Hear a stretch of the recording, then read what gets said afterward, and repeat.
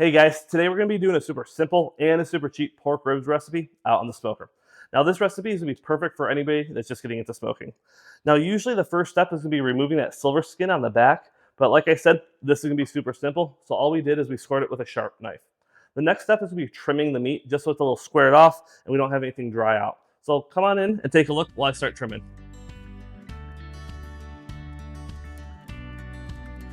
Now that we're done with our trimming, we're going to get down to seasonings. For seasonings, we're going to be using our salt, pepper, honey hog by Meatistry, and then as our binder, we're going to be using that olive oil. So let's get down to it. We're going to be starting off with the back first, and just lay down a little bit of oil.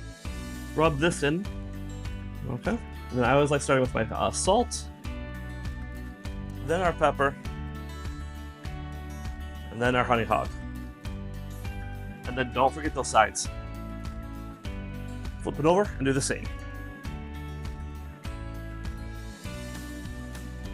Well, the ribs are all seasoned up, and I'm gonna let them marinate for about an hour, hour and a half at most. In the meantime, I'm gonna be heading outside with my applewood pellets, preheating that smoker to 250.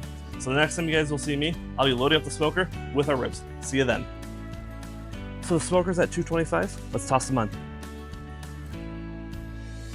So we've been smoking for about 3 hours now. Our internal temperature is 165 to 170. So we're gonna pull the ribs and wrap them up in aluminum foil with about 3 to 4 tabs of butter, half a cup of brown sugar, toss them back in the smoker for another 2 hours with the meat side facing down.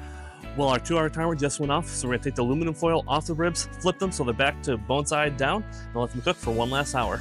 Well, the rain came in a little earlier than scheduled, so we had to pull the ribs about 15 minutes ahead of schedule, but I actually think that worked out in our favor because they still are incredibly tender and they look juicy as well. So let's dig into them. They're shreddy. They are incredibly juicy. I don't know if you can see that or not. They're incredibly juicy. Give them a quick try. That's awesome. So they're sweet.